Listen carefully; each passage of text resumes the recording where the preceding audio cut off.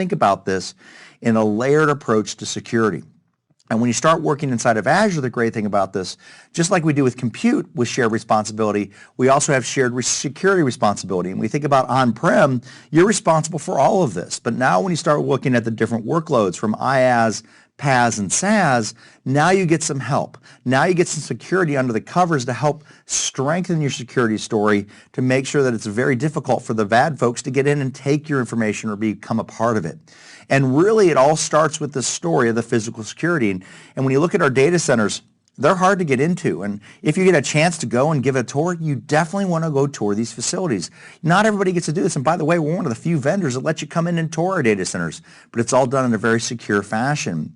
Bear in mind that everything we put in our data centers is safe and secure and locked behind doors, folks, and that's where you're trusting us as a customer of Azure looking at those layered approaches. But when we start talking about security after the physical security, what's the area where you have to protect the most? And that's identity and access. And we're going to talk about those core identity services we have in Azure right now. And really it starts with the concepts of authentication versus authorization. You have to understand the differences between the two. Authentication is simply proving who you are. That's logging in with user ID and passwords, establishing your identity. If you go to a professional sporting event, this is your ticket. Your ticket lets you get past the guard at the gate so you can get into the stadium. That's part of that, what that ticket does. The ticket does the other part, which is authorization. What seat can I sit at? Where can I buy my food? Am I in the club level? Do I get to go down close to the sidelines, or am I stuck in the nosebleed seats? When you think about this, you have authentication always happens first. You prove who you are, followed by authorization. Inside of Azure, we authenticate with Azure Active Directory, and our authorization of what we can do inside the actual subscriptions is done with what is called role-based access control, both of which we're going to cover inside this module. So understand, authorization happens after authentication, proving who you are, and then what can you do with that information. And really it all starts with Azure Active Directory, our identity solution. Now, why do we spend time on this, and why do we talk about authentication, authorization, and Azure Active Directory? Because this is how we authenticate. Your user IDs and where they're stored is important. And folks, if you don't believe me, a little bit of homework for you. There's an excellent book out there called The Cuckoo's Egg. It was written in the early 80s, and it talked about an identity solution. It was written by a gentleman named Cliff Stoll, and he found a hacker had compromised a mainframe computer, found a user ID and password, and was trying to use the Berkeley's network to break into ARPANET. The hacker was in Germany. So if you don't think identity matters here, especially in the security story, it's vitally important. And the great thing about Azure Active Directory, you have a centralized identity solution that really helps govern access to everything we do. From our authentication, we can have set up single sign-on. We have application and device management. And when you think about this, folks, just to be very open and honest, it's not necessarily what you might think from a group policy or an Intune or AirWatch or Mobile Iron perspective, but when we think about application and device management in Azure Active Directory, application management, for example, is what applications are users allowed to do single sign-on? And because of the way that Azure Active Directory is designed, there's over 3,000 applications that know how to use Azure Active Directory for authentication into those applications. And device management, simply put, my laptop here, guess what? Can it get in to Azure? Well, I had to be given permission at the laptop. This device can be managed and used to leverage. But we also have business-to-business consumer tenants, so we can actually have our business-to-business trust, and we also have business-to-customer tenants and identity services built into Azure Active Directory. But the problem becomes is that we have this term Active Directory, and we have it in two places. We have Azure Active Directory, and then we have Active Directory on-prem, known as Active Directory Domain Services. And what's the difference? First off, they're very different. You can't think, well, hey, I have Active Directory on-prem, I know what Azure is. No, they're different to the point of how we talk to them. With Active Directory on-prem, we use LDAP, we use Kerberos for authentication. There's no federation services built in. We have a concept of organizational units and how we organize our users and groups. In Azure, it's not a one-to-one comparison, but when you look at resource groups, they're kind of replacing the need of what we do with organizational units. But in Active Directory on-prem, we had a fantastic management solution called Group Policy, where we could really control users' desktops. We don't have that in Azure Active Directory. If you want to do group policy-like things, you can use Intune, which is our cloud-based solution for full device and application management inside of Azure. But what makes Azure Active Directory special? It's cloud-based. It speaks common protocols. We access it via HTTP or HTTPS. We use common APIs. So not only the applications that are in the cloud today can leverage it, but applications your developers write can leverage Azure Active Directory for authentication purposes. But we also use SAML, WS Federation, and OpenID for authentication, and OAuth for authorization. These are common industry protocols. Why is this important? Well, it leads us into our federation services. Azure Active Directory can speak to many, many applications in the world today. Some of the most common: Salesforce, Box, Dropbox, G Suite, Amazon Web Services. Now I know what you're thinking. You're thinking, Matt, wait a second. Azure Active Directory can speak to Amazon Web Services? You betcha. As a matter of fact, you can use Azure Active Directory as your authentication mechanism if you have a dual cloud strategy, which a lot of our customers do. You can have one central managed identity with Azure Active Directory, and users can log in with that user ID and password and be allowed to use Amazon Web Services. We can have true single sign-on across all of these services. But at the end of the day, that's all Azure Active Directory is. It's a flat structure, users and groups, and that's all. It's extremely powerful, but all the other things are done by the other components inside of Azure. So when we look at Azure Active Directory, it is radically different than Active Directory on-prem. But when you look at the cloud world that we're in today, guess what, folks? It's perfect for what we're doing inside the world that we have today. More importantly, one of the things that Azure Active Directory comes with, folks, is multi-factor authentication. Not just Microsoft, but many of the security vendors in the world today have simply made one statement, and it might have shocked all of you. Your user ID and password is no longer enough. Why? It just takes time to crack any password. It just takes effort. So now what do? How do we set this up? Remember, authentication is proving who you are. All multi-factor authentication is proving who you are in multiple ways. And it's around three big tenets. Something you know, that's your user ID and password. Something you possess. This might be your phone. It might be an application on the phone, or it might be a text message. How many of you have forgotten a password of one of your common SaaS applications today? And you can't remember, and all of a sudden you get a text message with a little verification code that you put in the forgot password screen, and you get your password reset. We do this today. And then something you are. That's your biometrics. It's your face. Windows Hello is an example that does all three. Because on our laptops, we have Hello enabled. So I can just basically log in the morning with my face, and it logs me to the system. But to set that up, I had to first know my user ID and password. I had to set it up on this laptop, and then I can use my face to log on. So when we think about it, it's fantastic. However, folks, it does have a dark side. One thing about multi-factor authentication you have to realize: you're going to forget your actual password. And you're going to have problems with this. And when you have to reset, I don't know what it is. Fun story, I was blessed enough to go to Hong Kong a while back, a few months back, and I got to go deliver some training. And I had to print some things out on the printer at the Microsoft office.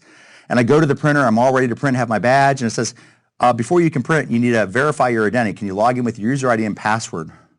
I didn't know what my user ID and password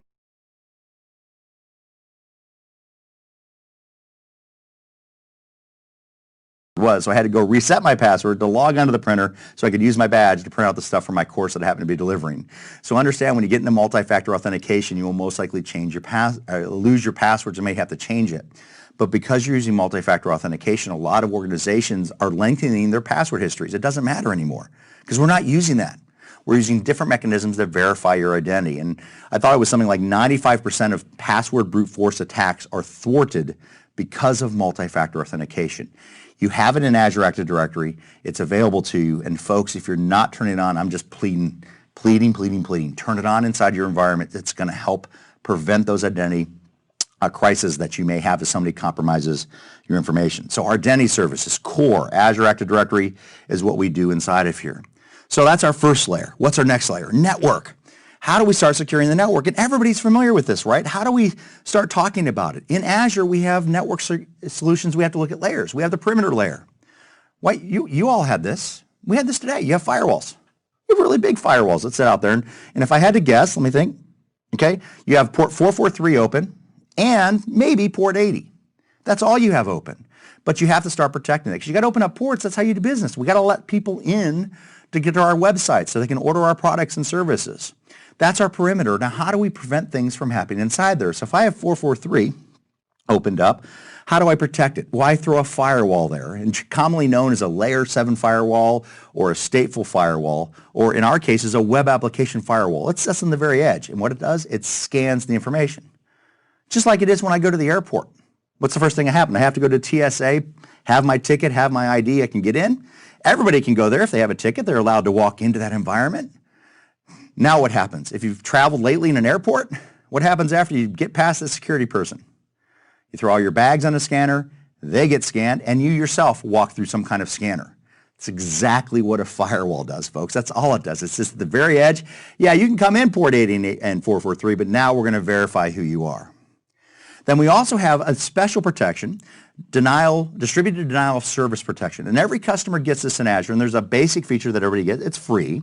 And we also have a standard feature which does a little more proactive remediation if things like happen. And all this is, a distributed denial of service attack, is a hacker just floods your internet with so much traffic.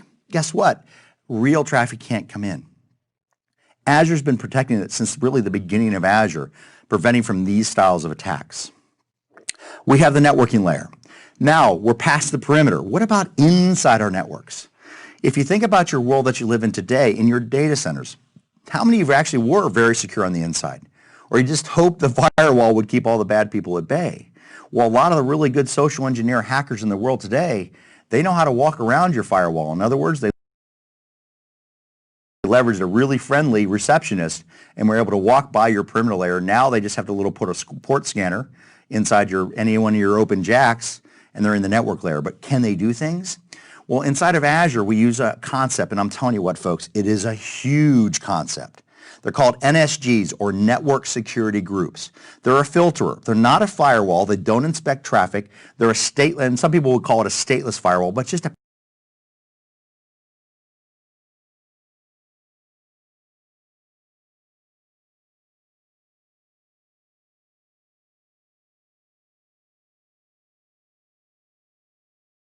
filterer. It filters inbound and outbound traffic. It's very easy to set up. And basically a network security group is, who are you and where are you trying to go? Either I'm going to let you go there or I'm going to deny you. And that's it. But that's on the inside of the network, and it fine-grained filterer. And I'm going to show this to you as we take a look at some of these technologies, but now it makes it easier to secure the inside of our networks, all right? And that's the networking layer we have. When we look at Azure Firewall, we already talked about it's inbound and traffic firewall, what ports can come in. And now we can come in and look at firewall. We can look at what happens inside those packets. And the application, the Azure Application Gateway, has this built in for your applications behind it. So there's a couple ways inside of Azure to do this. Now, folks, this is the Azure Firewall. I want you to have a firewall on the perimeter of your environment. I don't really care which one you want, use. Use something. We have a lot of common vendors, Palo Alto, F5, just to name a few inside of our marketplace, folks. Use them. Have something on the perimeter of your network scanning that traffic. We have some great built-in services, but if you're familiar with some, just use one, all right? Then we have distributed denial of service. Everybody gets this basic service for free. I will tell you, for most customers, the basic free service is going to be perfect for you. If you add the standard service, it's transactional based and can be kind of costly, but it adds mitigation. It helps protect all your other resources. And really, when we talk about cost and security breach, what's the cost if you get breached, right? What happens inside of your environments, and how do you want to prevent that? Or what's the cost if your customers can't get to your website because it, for some reason, got by the basic service? I will tell you, most customers are very, very happy with the basic service, but you might want to consider the standard service. Now, what about the inside? I've gotten past the perimeter. I'm valid traffic. I'm allowed port 83. Now, how do I move around inside of Azure? Firewall, DDoS, perimeter, external. Network security groups inside of Azure. So when you start working with your traffic, how do we dive in and use all of this? We have some default rules we'll take a look at in a few minutes. As a matter of fact, we're going to talk about that, because the great thing about network security groups is that we don't have to necessarily use all kinds of fancy things. We can use application security groups as a part of our NSG story. And I'm going to show you the network security groups and where ASGs come in. But the great thing about application security groups, they allow us to group computers by names. In other words, I don't have to know their IP address. I don't have to know anything else about them. I just have to put them in a name, a group name that allows me to organize it and control flow of traffic. And when we see the network security group here in just a minute, you're going to see how application security groups can actually govern all of that.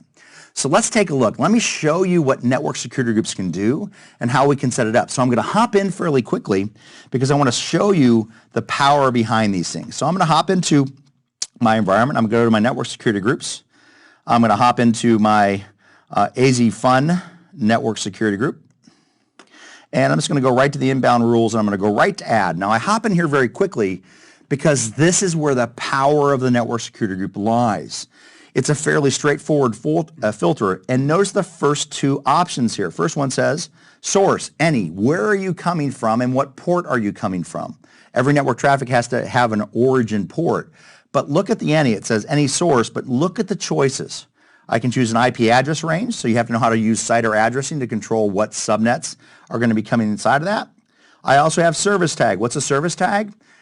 Services, and notice the default one is internet. So this says if I have traffic that's come from outside of Azure, internet-based traffic in here, I can lump everybody into internet traffic.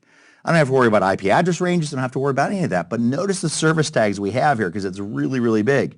We have virtual networks. This is virtual networks inside of Azure. So we have a rule specifically for our VNets inside of Azure. But as you scroll through this list, look at all the Azure services that are there, and they're all designed to help you filter traffic inside that list. And notice when I get down into storage is broken down into regions. So if I only know a certain region can come into this area, guess what? Lock it down. Why say any when they come inside of it? Lock down to those very specific resources that we have inside of Azure. It helps you control traffic because guess what? If I choose Storage Central India, which happened to be the one I landed on, guess what?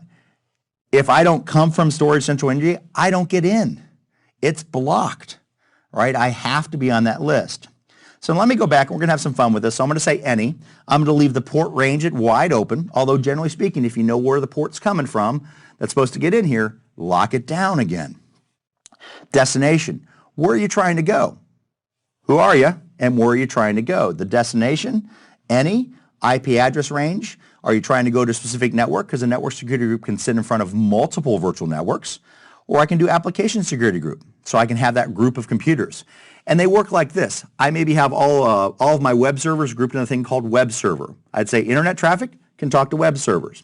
And then under web servers, I might have my database servers, and that means web servers can talk to database servers. In other words, a hacker, if they're going to try to come in, they have to go through the web servers before they can get to the database servers. Everything else is just blocked. So for us, just to have fun, I'm going to say any. And what port do you want to go to? I'm going to say 3389 is my port. I can use any protocol here. I'm going to use TCP. And this one I'm going to deny. And I just want you to make note of the priority rule, which is currently 310 that we have inside of it. And the port, I'm just going to say RDP2. And I'm going to go ahead and click on Add. And I want you to take a look at what we have here once this rule is created so we can see it. It'll come up here in just a moment. And then we'll talk about how this works inside of Azure. So let me just refresh this so I see it. Now, Garrett, I'm going to ask you a question. Notice that I have two rules here. I have one over 3389, TCP any, allows, and one that denies. And best guess here, what do you think? Are we going to let traffic in, yes or no? Yeah, I'm going to say we're definitely going to let traffic in because of priority of the rule. Yeah, exactly right. Perfect. High five. Good answer. All right. Folks, understand this. Most of the times when you think about security, you think deny always wins. Not in the case of network security. What did I tell you it was? It was a simple filterer. And here's how it works. When a packet comes across the network security group, it says, who are you? Where are you trying to go? And it looks at the rule. And the minute it gets an answer to that question, it takes its action. So in this case, look at the priority rule. It's 300. The allow is before the deny. Now, if I were to simply do this experiment with it and flip these rules, and say instead of 310, I'm just going to make it just one little itty-bitty number ahead of it, make it 299 and save it. Now I flip the rules. Now denies before allow, and you're exactly right. That priority number matters inside of here. Now that priority is not going to let that traffic in because it hits the deny rule first. And so when you start working with network security groups, it's really important that you understand how these are set up so you can start controlling your network traffic inside. So how do you become hard and crunchy on the inside of your network? My friends, network security group is the answer. And this is just a quick example. You can have rules, priorities from rule priority 100 to priority 4096. So how many rules can you have? A whole bunch of rules inside of here to really govern traffic, to be very, very specific about how this traffic flows inside the environments. Now, one thing I want to show you, and it's a little bit extra, I don't know if it's on the exam, but quite frankly, this is about skilling and teaching you. When you start working with network security groups, my friends, oh crud, how do I get around? How do I work with this? We actually have an amazing tool inside of Azure called the Network Watcher. So let me show you this tool. And if I go into Network Watcher, it's a troubleshooting diagnostic tool. Now, it does a couple really cool things that I want to show you. One is effective security rules. And I'm not going to show you that because in my demo, I don't really have a lot. I would just repeat what you've already seen. But when you start working with a lot of network security groups and you have a lot of flow of traffic between virtual networks, well, what is the rule? I have these rules here, I don't know what's going on. You can run the effective security rules and it's going to tell you what's going to happen. Now, let me show you 3 of my favorite things in this tool, and I just want to give you a quick overview. My first one is topology. Now, Garrett, I don't know about you. I've been asked to do network topology diagrams before. Isn't that a fun way to spend your day, isn't it? It's the most fun. Okay, so what I'm going to tell you, the sarcasm comes out, right? Sorry. The cool thing about this is that when you have these things, we can do it in Azure very quickly. Now, I'm not going to tell anybody what I'm about ready to show you. And folks, I'm not going to tell any of your bosses either, but watch what happens. So I'm going to say my Windows group, I'm just going to select my AZ Fun group. And notice what happens here in a second. It automatically diagrams my virtual networks that are in that group. And by the way, all those icons are live links. So now I've just diagrammed. You can download it, throw your PowerPoint. I'll tell your bosses, it took you all day to do that. Okay? So it's there, but it's easy to do. So we have that built into Azure. Learn how to use topology. See what's out there. Now we have 2 other tools. When we're on-prem and when we've been troubleshooting, what's the most common tool? We use ping. Hey, can I get there? I just want to send a simple packet and get a response. Inside of Azure, we have its equivalent. It's called IP Flow Verify. So when you start working with network security groups, you have to start to understand how you troubleshoot it. So IP Flow Verify is a way I can essentially do it, a ping at the Azure level. So I don't have to worry about diving into the virtual machines, what's the password. Hey, can I get from point A to point B when I have VMs involved? And the other one we have is called Nextop. This is the equivalent of Traceroute that we have inside of Azure as well. So folks, I don't know if this is on AZ900. I do know it's on every other exam after that. But from a standpoint, when you start working with network security groups, you have to know how to troubleshoot them. Network Watcher is one of those tools. And it does a whole lot else. I just show you some of my favorite things that are going to really help you get through that. So understand we have some great tools to secure a network, and we have some great tools to help you troubleshoot that flow. Can I get from point A to B? Did I effective rule? Did it deny me somewhere and I have to go look at it? And when you look at those network security groups, and this is where Garrett figured it out, when I looked at the network security group, if you notice the default rules, the very last rule that is created, and by the way, you can't get rid of the default rules. The very last rule is any, deny. So it basically says, if you come up to the network security group and it doesn't know who you are, it doesn't know where you're trying to go, it hits that last rule, deny. I don't know who you are, see the last rule. But I really want to get in, see the last rule. But please, see the last rule. You're not on the list, you don't get in. All right, and that's why we have those rules there and in place. And pretty much everything that you make in our network security group is an exception to that very last rule, which is deny. I'm just going to allow traffic to come in, or I'm going to deny and create some filters or some uniqueness that are here. I spent a little bit of time, folks. It is one of the biggest concepts we can do inside of Azure. That's the network security groups. So let's go ahead and switch back in and talk about some of the other great security stuff. I could spend all day in network security groups, but we got some stuff to talk about. Let's talk about some of the other tools and features we have built into Azure. First off, we have Security Center. Congratulations, everybody's Security Center at a basic level that's going to help do some analysis. It's a monitoring service that really looks at not only your Azure resources, but your also on-prem resources. And it provides recommendations based on how you configure this. In other words, a lot of people say, well, how would Microsoft secure us? The Security Center is our answer to that. It helps monitor that environment across both our clouds, our on-prem to see what's going on, and it'll apply your policies as you're provisioning them. So Security Center really helps look at that, but it also does a lot of things around detecting, assessing the issue, diagnosing it, giving you some kind of stabilization recommendations or best practices, and then closing it. They're incident response tools, so how we can find out what's going on in our environment, we can use Security Center to do that. We also have a thing called Key Vault. Now, Garrett, be honest with you. Have you ever forgotten your user ID and password? I've forgotten it many times. Yes, absolutely. Sometimes we forget user ID and passwords. Now, have you ever forgotten your BitLocker key? I don't typically remember my BitLocker key. Yes, that's correct. Yeah, we don't know that, or it's stored in ours. It's stored in part of our Active Directory, although it's changed now. But folks, if you ever call Microsoft and, hey, I forgot my user ID and password, we generally will help you with that. We'll reset you. We can do a password reset for you. But if you call Microsoft and say, I forgot my encryption key, or I forgot my BitLocker key, or I put a little password on my Word document to password protect it, they're going to be sympathetic. They're going to say, I'm sorry, you don't know your key, but we can't help you because we don't know that. So when you get these important secrets, and you get these important things like maybe a shared administrative password, you have to have a place to centralize, store it, and work with it. And this is what we use inside the Key Vault that we can leverage inside of here. So let me show you how this works. Oh, and side note, the Key Vault is also used programmatically. When your developers write code, they're going to want to be able to leverage certificate management, maybe a public and private secret, maybe a key pair, something. They're going to want to leverage it. Developers traditionally don't like to put this in their code. It adds bulk to their code. It adds a lot of extra latency they may not need. The great thing about this, the Key Vault can be accessed via APIs. So now our developers don't have to know the keys and the certificates. They just call the Key Vault whatever endpoints we give it to be able to leverage that. But let me show you an example of how the Key Vault can be used.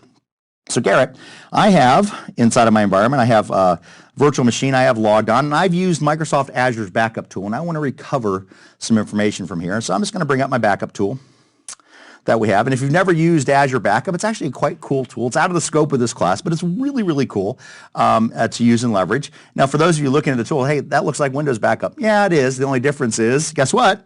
It's backing up to Azure. So I want to recover some data. And the first question it's going to ask, where did you actually create the data from? Well, inside of here, I created the data from another server, so it's on another system. First thing it asks me, hey, what's your vault credentials? It's trying to verify my identity of who I am. So I'm going to go ahead and browse for this. I'm going to choose my vault credentials. And it tells me my recovery services vault, my subscriber ID, and all that information. Then it says which server in the vault, and these are all the different systems that I've backed up to this particular environment. It asks me my passphrase.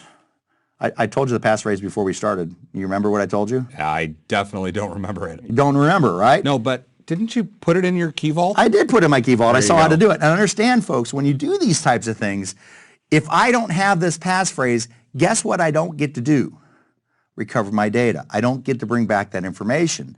So all I did when I created the backup, and this happens when you configure it, it asks you for this passphrase. I can't remember what it is. So what I can do is go into my subscription, go into my Key Vault, and inside my Key Vault, I'll find my one that I have, and I have a couple of keys, and this is called a simple secret. So secrets are great for that common administrative password, that just generic environment, and this particular one is just my this laptop here, and I'll drill into the actual key itself. So this is where the secret's stored. There's the endpoint that I have, and notice it has my secret value. I don't even have to know what it is. I can just simply copy this value, go back to my wizard, paste that in, and now I can begin. The fact that I can get here tells me that it's going to work, and I'll be able to decrypt that data as I recover it. Now, I'm not going to do a full recovery operation, but that's how you might use Key Vault. Understand it's a place we can store those certificates, because unfortunately, anybody who's in the security industry, and a lot of our companies in the world today, have even turned down the government. Hey, do you have that key? Like, no, we don't have it. We don't know what it is. That's part of that shared responsibility. You have to know what those secrets are. The great thing about it, inside of Azure, you can leverage your Key Vaults for that. Now I know what you're thinking. Matt, wait a second. What if I forget my global administrative user ID and password for Azure, where my Key Vault key is, and I can't get to it? You can actually call Microsoft and get those global administrative passwords reset. Now, it's not as simple as like Garrett can't call your company and say, hey, I'm Garrett, I want to get your password. It doesn't work that way. There's a lot of vetting that goes on when a global administrative password has to be reset. But especially for some of our smaller and medium customers where they might hire a partner that does work on their behalf, this does happen from time to time. Microsoft have facilities to make sure that they reset that password for the valid people, not the invalid folks that are there. So some really good things that will happen inside of it. So let me go ahead and hop back in, and let's finish some of the stories. So I just want to show you Key Vault, and let's talk about some of the other tools that we can use inside of Azure. The first one is Azure Information Protection. It protects your information.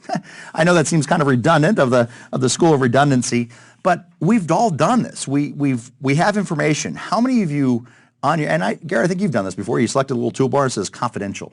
And what did it do when you set it confidential? So it sets permissions on the message so that only certain people who are receiving the message are able to actually open it. Yeah, and that's done automatically in coverage. You set it manually, but a lot of rules happen. That's Azure Information Protection. We're Microsoft. We are using information protection, but we also can do it automatically. Let's say Garrett sends an email that has maybe a credit card number into it. We can actually automatically classify that as super confidential, whatever it happens to be, or give Garrett a note, say, hey, look, you're putting a credit card information. Are you sure you want to do that? We can give them tips, and that's all information protection does. It helps label and protect our documents. We can do it manually, or we can have it applied automatically. Then we also have advanced threat protection. Now, look at this. Solution for identifying and investigating threats, compromised identities, and malicious insider actions. When I got to go to Hong Kong, threat protection kicked in. It basically said, wait a second, Matt, you're usually somewhere in the United States. What are you doing in Hong Kong? And it was flagged. And what happened is when I logged onto the hotel's network, I was forced to use multi-factor authentication. So we had conditional access tied with, oh, something's not right here. The cool thing about this is that we can put sensors, not only inside of, we use sensors inside of Azure, but we can put these on our on-prem domain controllers to monitor what's going on, to see what's going on inside the environment, to look at those types of things. And I like this one. It says malicious insider actions. So what is that? Basically, all of a sudden, I come in, I'm downloading a terabyte of data from the secure server. Well, I never ever done that. Alerts are going to happen. People are going to get notified. Wait, Matt's doing something he doesn't normally do. And we also have with threat protection, we have another variation of this called identity protection. It looks at the same things that are unique to me. So, for example, one of the things that identity protection does is Matt just logged on at 8 o'clock in LA and 1 minute later logged in New York. Well, that's not possible. So we have that type of information stored inside of Azure. More importantly, behind both threat protection and identity protection is Azure Machine Learning Services. Looking at how you're doing, it's looking at patterns, it's collecting data so we know how you're doing these things. And when you think about how your users are, every user has a pattern on how they work with the systems. And we can get ahead of those potential threats if somebody gets compromised. Well, why is Matt trying to break into the secure server? He doesn't have access. He's never done it before. People are going to get notified so you can help keep your environment safe and secure. Whew, lots of stuff in this module so far. And now we're getting to the big topic. You think, wait, Matt, you've talked about identity, you've talked about network security group, all these other things. Now let's talk about governance. For those of you that have children or people that you don't ask to do tasks or coworkers, or if you manage people, how many times have you ever asked somebody, and Garrett, how many times have you asked, I know you have kids because we have 5, my 3, how many times did you ask your kids to do something? They did to the letter of law what you asked, but they didn't do it the way you would have done it. I would say that happens on a regular basis. They did it, and you can't get mad at them because they got it done. Yeah, they found a loophole somewhere in what you said to do. They said, hey, empty the trash on a day that ends in Y, and they waited and they found a day that ends in Y and did all these things. Well, inside of Azure, how do we control how folks do things inside of our environments? It's all around governance, and we have several things we're going to talk about inside of here. We're going to start with a conversation with policy. We're going to talk about role-based access control. We're going to talk about locks and everything in between. But now we start talking about, if I give you access, if I authorize you to use Azure, are you going to create the virtual machines that I want you to create? We've gone through as IT and verified who they are, and we know which regions we want to use. How do I make sure you use the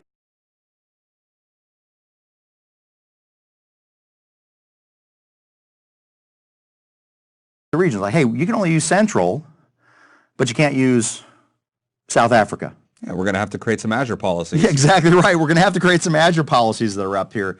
And those are example of policies. And all policies are our way as IT to govern how you create things. Examples, virtual machine. You got to create a virtual machine of this family. You got to put it in this region. You have to put it in a tag. You have to have a public IP, or you can't have a public IP address. You have to use the hybrid benefit for licensing. All these policies are designed to help us control how people create things inside of Azure. It's how we govern this. It's how we make sure they adhere to compliances that we may have inside the organization. Policies are extremely important because we control how users create stuff inside of Azure. Now, when you think about the policies, the examples I just laid out, region, VM, no IP, user licensing, very singular. And that's how you want to set them up, because the tool inside of Azure for policy is going to flag, hey, this is not in compliance. Well, if you have a bunch of policies in a single policy file, you're going to have to figure out why they're not in compliance. So you keep them fairly siloed. But when you start working with Azure, how do you implement those policies? Well, after you create the definition file, you apply it, you assign it a scope, and you evaluate it to see what's going on. And policies have two effects. They can be audit policies, just to report, or they can have deny policies, which prevent users. So if Garrett were to try to create a policy in South Africa and I'm preventing that region, he'll be denied. The resource will not be created, and it'll tell him why. You can't do those things. But when we start working with policies, when you start thinking about just virtual machine creation, and we talked about this in Module 2, and then we went through that wizard and all those settings. Well, what if I was configuring all those, 30, 40 settings that I can do? I wouldn't want to apply each one of those individually. What you'll do is create a thing called an initiative. And all an initiative is a collection of policies. So the way this works, you create all your policies, so all those individual settings, and they might be related. Like I want to have a VM creation definition or an initiative. You put them all in that initiative, and then you apply that initiative to the scope you want to apply it. Remember our hierarchy from Module 2? We have management groups, subscriptions, and resource groups. That's where we can assign our initiatives to. And it makes it very easy for us to control how users can create. So folks, you may be running this today. If you're using Azure in your organization and you can't create something in a certain region, or you can't create a certain VM, very well, your IT department may have already implemented policies in your Azure. It's an okay thing because they're trying to govern how you control things. They might be for compliance. The best thing about this, though, is if you can't do something that you need to do, you can go ask IT. Because IT wants you to use Azure. We want you to leverage it. They want you to see inside of it. And you can say, hey, look, I need this VM, and then you can open up a dialogue of why that's important. And as long as it adheres to your compliances, chances are they're going to give you a policy that lets you do those things. So policies and initiatives inside of Azure. Hey, Matt, we just had a question come in. This person is saying that they don't want the people in their development team to stand up a really high-powered VM with a lot of cores. Is this something that Azure Policy can help us with? Oh, absolutely it can. That's where we can control those environments. Now, one of the reasons why, if I'm thinking about that policy, for example, why they can't set up high-powered, they're probably worried about cost. Because when you get into those really high-powered machines, we're talking $1,000 hour type of machines, lots of cores, lots of memory, earn $2,000 a month, that kind of stuff that's there. So they're worried about costs, so we're going to prevent that. Now in Module 4, we're going to talk about what if we do need a bunch of those high-powered machines? How can we eliminate some of the costs to alleviate that? But generally speaking, whenever I want to control what people can or cannot do inside of Azure, guess what? I'm going to use policies to control that. And it's kind of like I would call our dad rule. You and I are dads, right? Hey, you got to do it, but now you got to do it the way I say you have to do it, right? And do it in the way that I want to. And that's what policies and initiatives do for us inside of Azure. That's what governance is inside of it. So policies are how we can create it, but can I even create it? Am I allowed to use Azure, right? I have to do it in a certain way with policy. Am I allowed to use it? And this is role-based access control. So role-based access control is how we do these things, folks, and it's fine-grained management. Now, we apply it at the subscription level, the resource group level, or the individual resource level, and they allow us to govern our authorization. So understand, we authenticated against Azure Active Directory, proved we're allowed to be here. Now, what am I authorized to do? That's all done by role-based access control. It's how we grant permissions inside the organization. And generally how it works, you have your users, they're going to be in groups, and we assign those groups roles inside of Azure, and those roles under the covers have rights and permissions to do something. Depending on what role it is going to determine what you can actually do. Role-based access control, or RBAC for short. And so when we take a look at this, it's really straightforward. So I'm going to show you two examples in this demo. I'm going to show you how it looks from an end user perspective, in other words, somebody that has RBAC being applied to them, and then how do we change it. So let me hop into my systems here.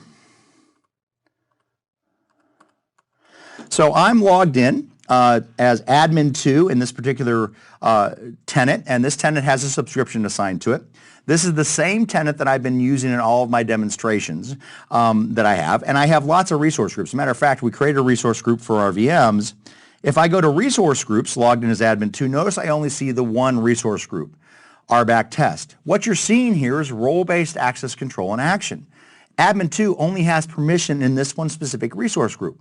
Even though I know there are more resource groups in this subscription, Admin2 hasn't been given permission yet. Even if Admin2 knows how to get around it by going to create a resource, choose the VM and say, I know there's more, even in the drop-down list, they only show the one resource group that are there. So that's what it looks like from a perspective of a user that has RBAC applied to them.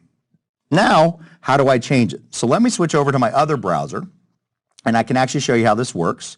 So in my other environment, I'm going to go in and I'm going to go to the resource groups, and notice I see all the resource groups. Now, in case you didn't believe I was in the same subscription, you see the RBAC test group that I'm here, but I have this AZ Fund group. So I want to give admin2 permissions to use AZ Fund, and this is how it works, right? Traditionally speaking, when your organization sets up an Azure subscription for consumption of Azure resources, the very next thing they're going to do is control who can create what and where they can create it, and generally they'll do it at a resource group. So if Garrett says, hey, I want to use some Azure, great, Garrett, I'm going to give you a resource group, and I'm going to give you ownership of that resource group. You can do whatever you want inside that resource group, but I'm not going to let you govern up unless that's part of his role. Let me show you how this is set up. So I'm going to go into my resource group, and in my resource group, there's an option up here that's at the top. It says access control, and it says IAM at the end. I like IAM. It stands for Identity Access Management. When I think about role-based access control, it says, I am so-and-so. Do you know who I am? Let me in, right? The kind of those types of things that we have. So I'm going to choose access control. And inside of here, I'm going to go role assignments. Now I see some legacy, and I have some things I've been doing a lot in this environment. But I have this RAID 78 account. Now this is a special account. This is my global administrator. It's the ID that I use for this particular environment. And they have this role assigned to them called User Access Administrator.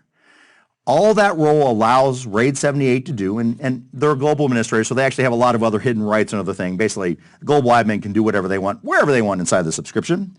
But User Access Administrator has a very specific right. See this list of users that I have? This user can change that list, and that's it. User Access Administration, controlling the access of the users that we have inside the environment. So let me go ahead and add in a role assignment. So I'm going to say add a role assignment. It's going to say, what role do you have? If I click on this down arrow, folks, look at this. Now, aside from the top three, owner, contributor, and reader, they're all in alphabetical order. And if you scroll through this list, like I get down to, here's one that says backup reader, backup operator. This is very specific. It's giving me access to the backup service to be able to read, I think in this case, the backup policies, just to be able to look at that information. Well, if I don't have anything backup related in this resource group, guess what this user can do? Effectively nothing. Even though they have the rights, it's for that particular service. The reason I point out these other roles is because sometimes when we think about role-based access control, we get siloed in thinking of just users and groups. But in reality, remember, we have Azure services running around Azure trying to access and use things.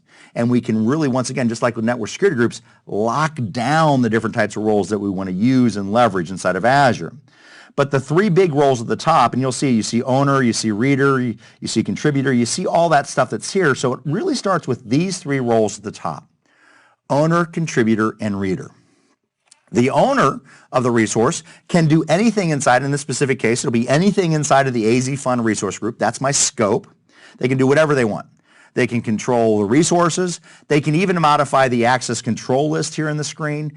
They can even control locks. They have full ownership over that. Then we have contributor. Contributor can do anything inside the resource group. They can add any resources, delete resources. They can do whatever they want as long as they have permissions on those resources inside that group. Do whatever they want. However, the contributor cannot change this list of access. Only the owner or the user access administrator can change the access list that we have here. And then we have reader. Pretty obvious what that one is. Reader is, they just look at the resources. That's all they can see what's going on inside of it. So I'm going to make my user owner.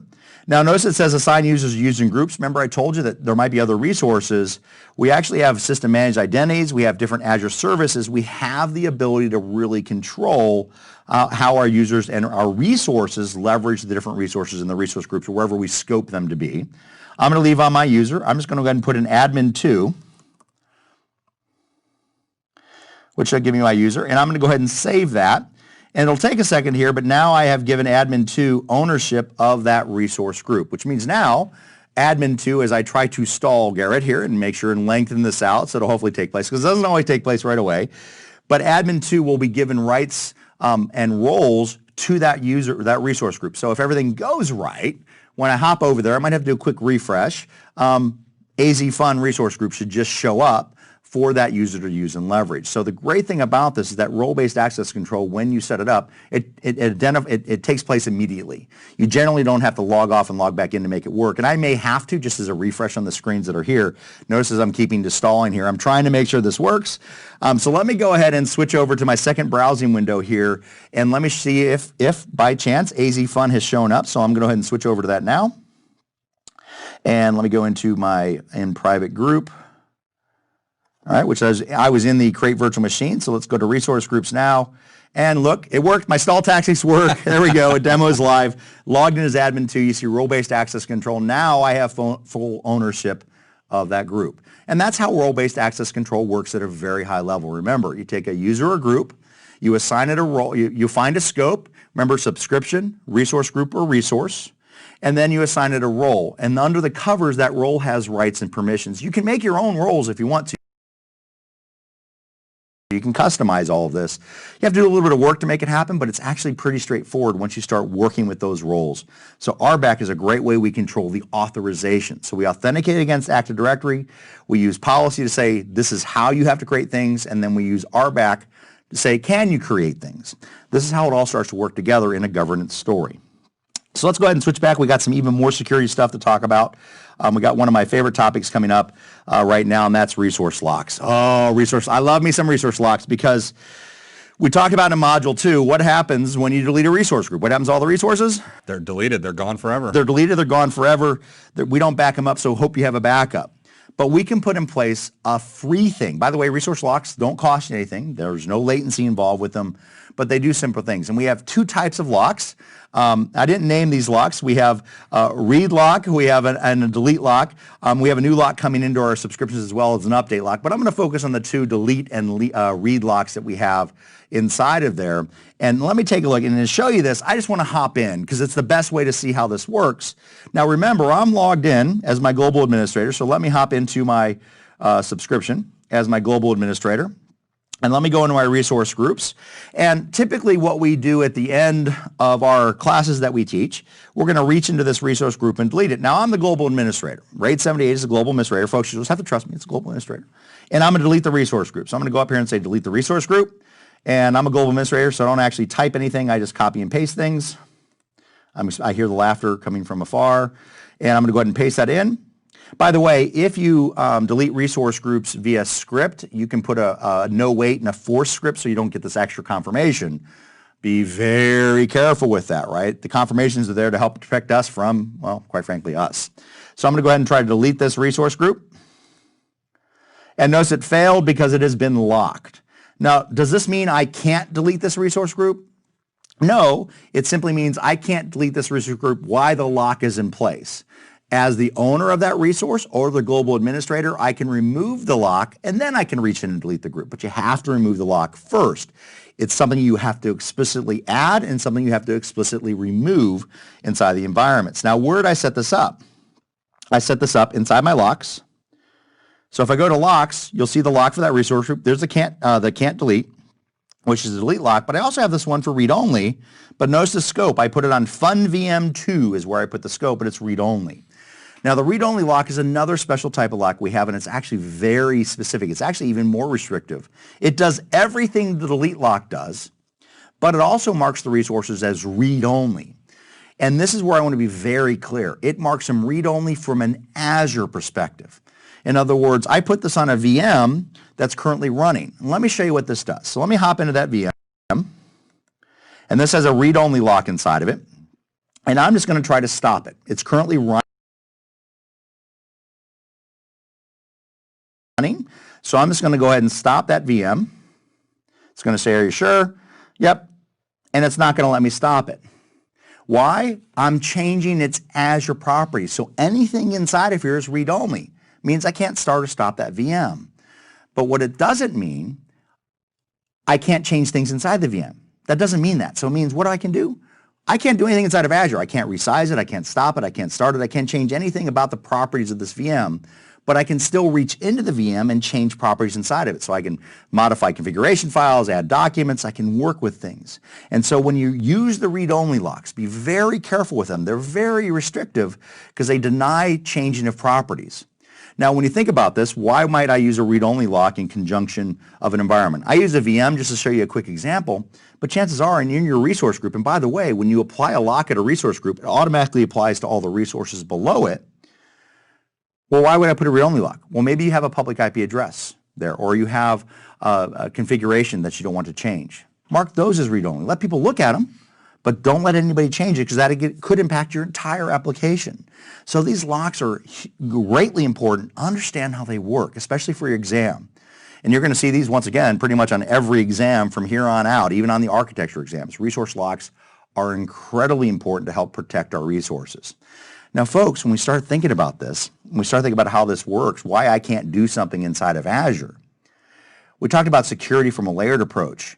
You also have to think about troubleshooting from a layered approach. If I can't change a resource, what could it be? Now, your brain's heavy on locks right now because we've been talking about it. Well, if you can't change a resource, oh, I have a read-only lock. Well, that's not the only way.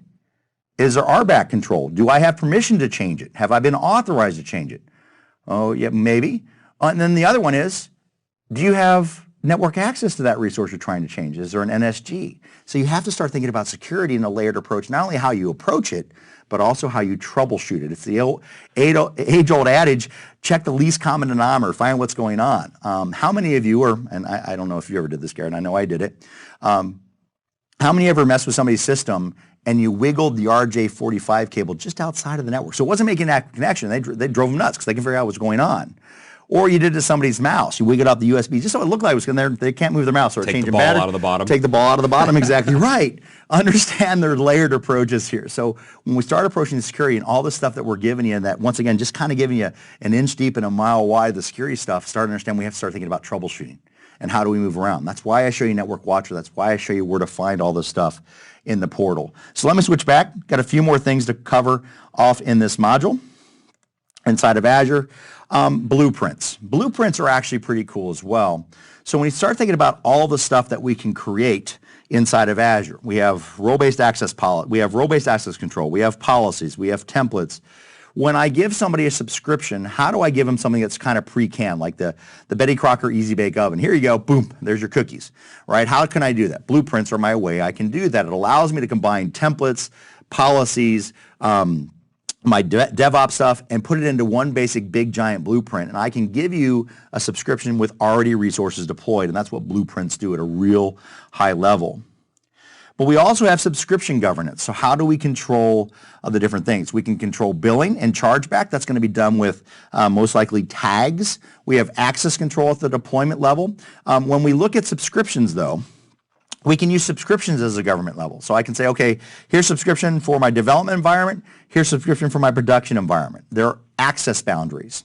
We can also set different limits on different subscriptions so we can control how people work with those. More importantly, even at Microsoft, we have limits inside of what you can initially use inside of a subscription. Now, don't worry, even though you might run into those limits occasionally, you can make a simple request to Microsoft and get those limits increased. Hey, I need more virtual networks, or I need more resources, virtual machines. We oftentimes will grant those requests if they're within reason. And by the way, when I say within reason, you say, hey, I need 1,000 more. That's within reason that we have. And in my entire career, I've only seen, working with Azure past the 6 or 7 years, I've only seen a denial once. And it wasn't technically a hard denial. It was a very soft denial. It was like, look, and it basically amounted to, when you read the email, we can't give it to you just yet. The data center's in renovation. We're doing some remodeling, basically. They were adding resources to the data centers. Like, look, we can't do it now. If you need it now, you're going to have to use another region. But guess what? In a couple months, we can do this. So it wasn't a hard no. And we normally will let those resource limits be there. Now, how do you know if all this stuff is working? Monitoring and report. We talked about tags. That's how we can control or organize our resources. They're basically a key name value pair. Hey, this is called the region tag, and you have to have the value West region, and that's how we work with it. Or this is your department tag, and it's the whatever finance department.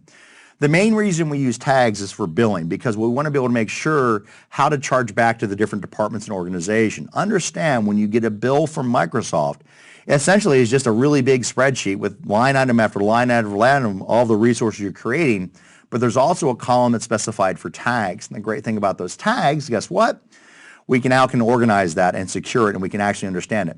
We also might use tags for a project. Like I have a tag for what's your project name, Project X. Now I can understand how much does that project cost me. I can just do a simple query on tags. It also makes it very easy to find all the resources that might have that tag associated with it. So tags are an organizational unit as much as they are a billing purpose as well. We have Azure Monitor. Folks, this is a 2-hour module in and of itself in one of our courses on monitoring. And what monitoring allows us to do is look at data, and we can collect not only the metrics of things, this is running at 85%, but we can also collect the logs of things. Why is it running at 85%? So the monitoring is really a platform that includes our log analytics.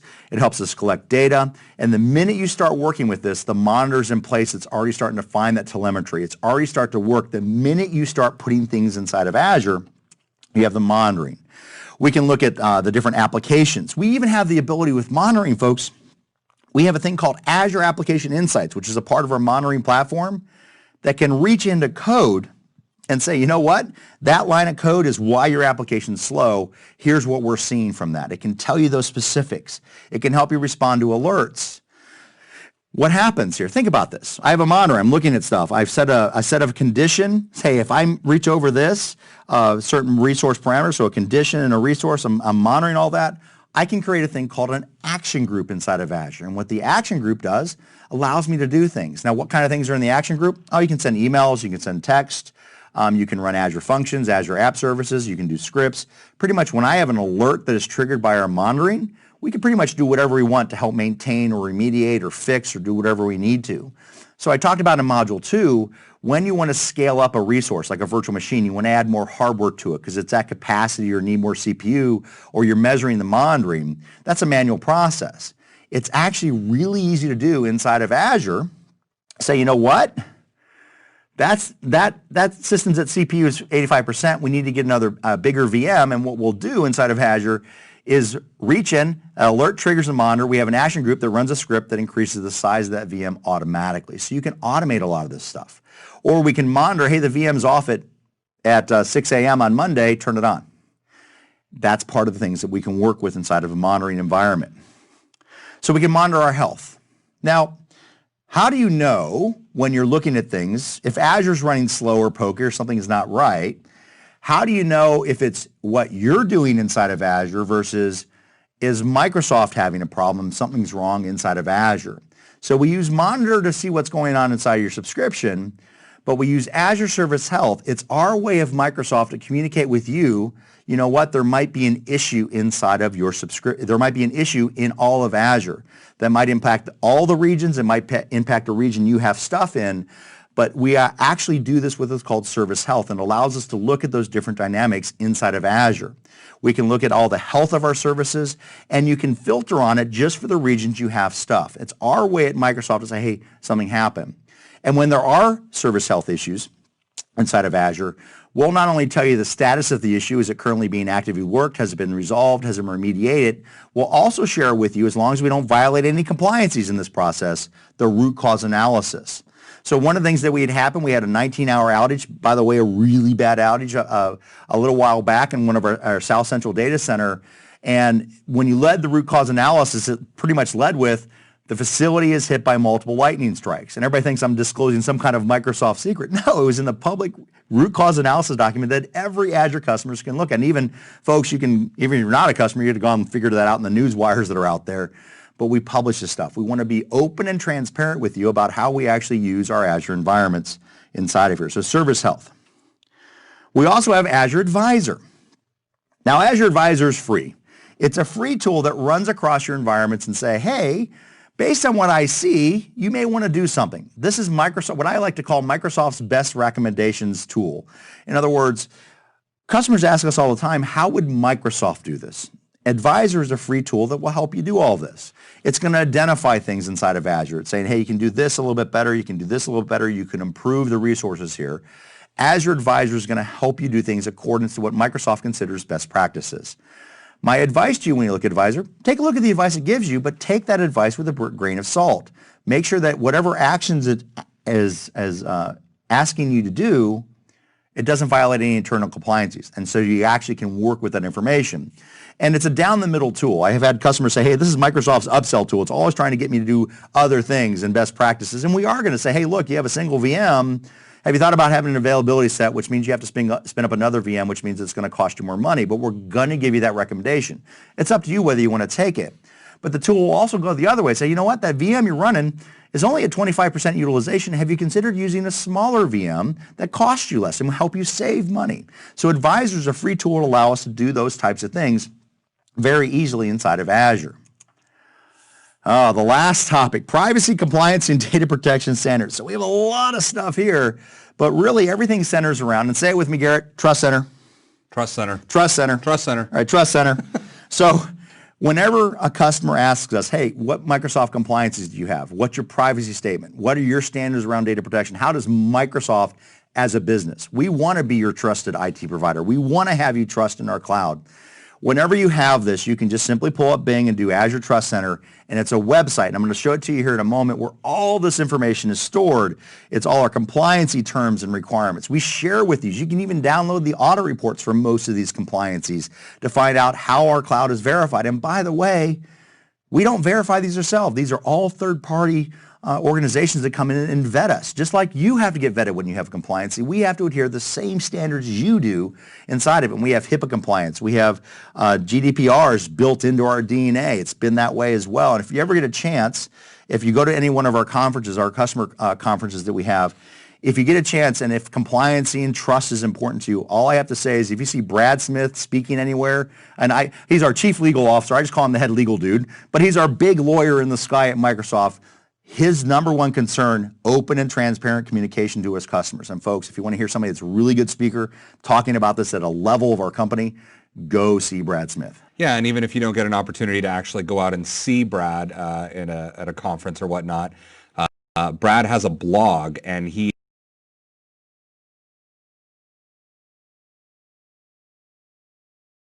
is very actively posting on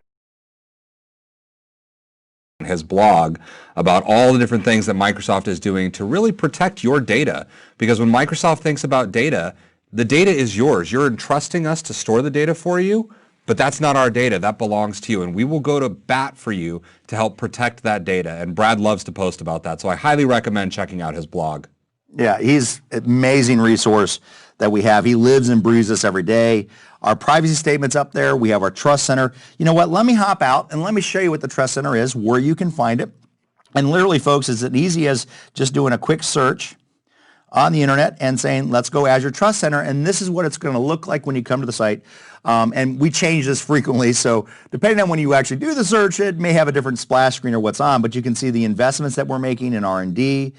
We have cybersecurity experts employed by our company. We even have, I talk about them in the dream job now. I think my other favorite dream job, we have a red and blue team inside of Microsoft. We actually have internal Microsoft employees that every day they wake up trying to defeat each other. They try to break in, and we have defenders. I mean, we have this type of stuff. We think about this. And we talk about Brad Smith, another one, and he's the father of Azure, Mark Rusinovich. If you ever get a chance to hear him talk, especially if you're looking where our future of our cloud is going, once again, hugely entertaining, hugely smart dude that we have inside of here. But we also have compliance offerings. Now, I like this one because I get asked this all the time.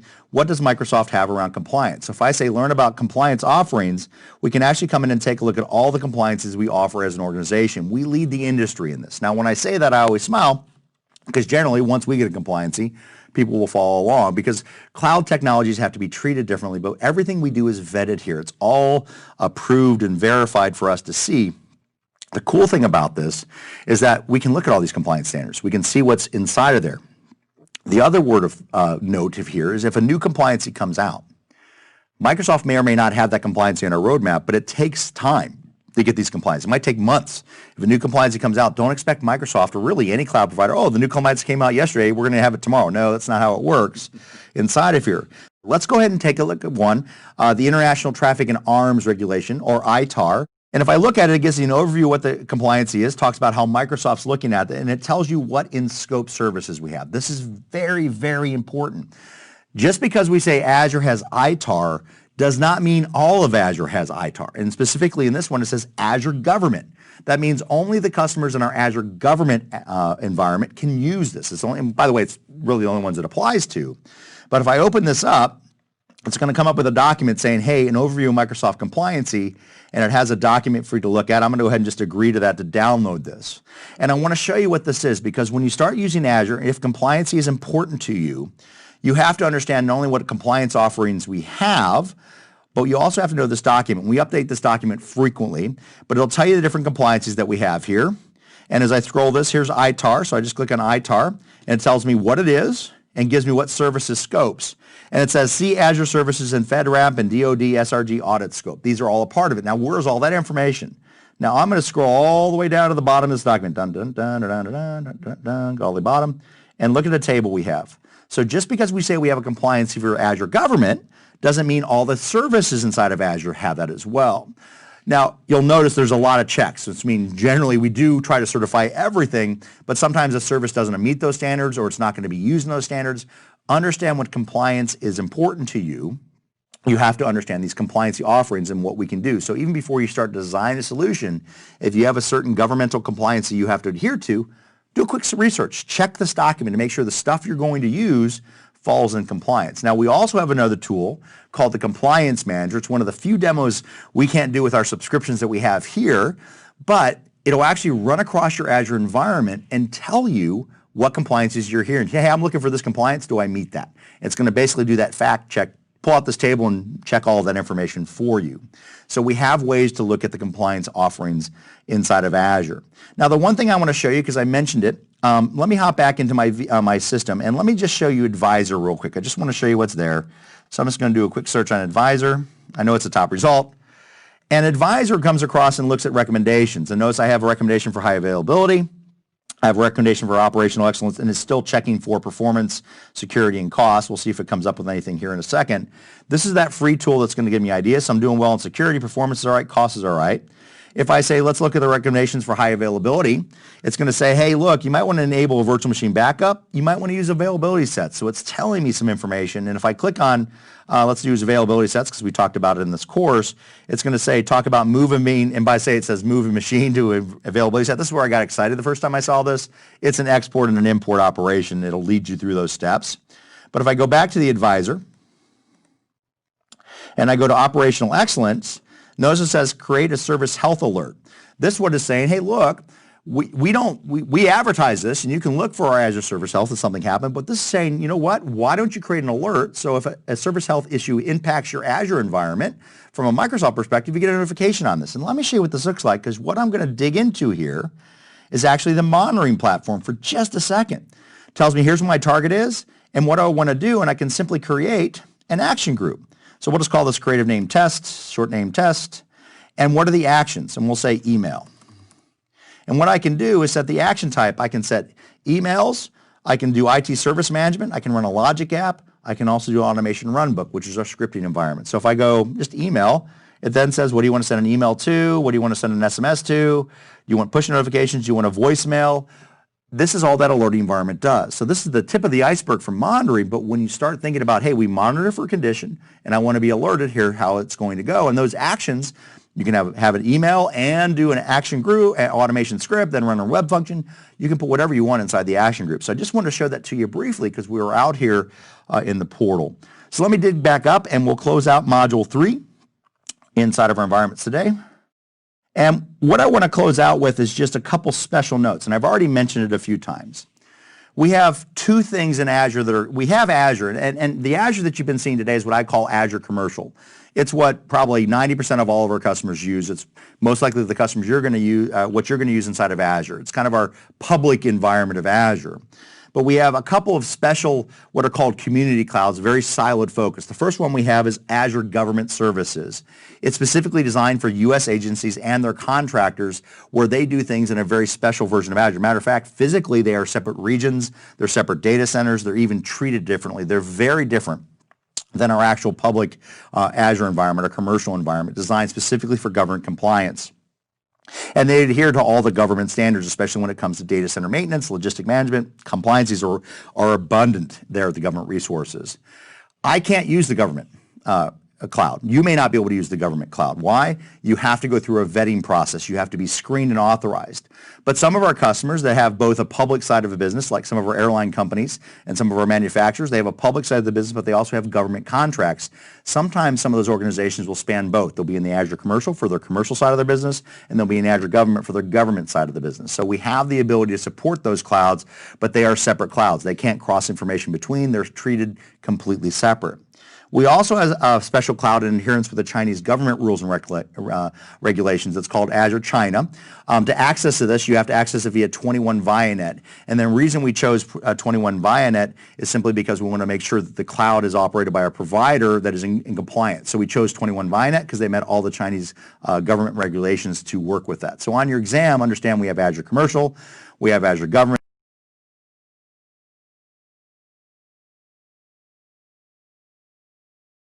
and we have Azure China accessed via 21 ViaNet. Wow, that was a whirlwind. We talked about all the things in security. We covered, network security groups, identity and access, locks, governance, identity protection, and then we ended up with compliance, and we just got done talking about China and government cloud services. So as you can see, folks, there's a lot of stuff around security, privacy, compliancy, and trust. And that brings us to the end of Module 3.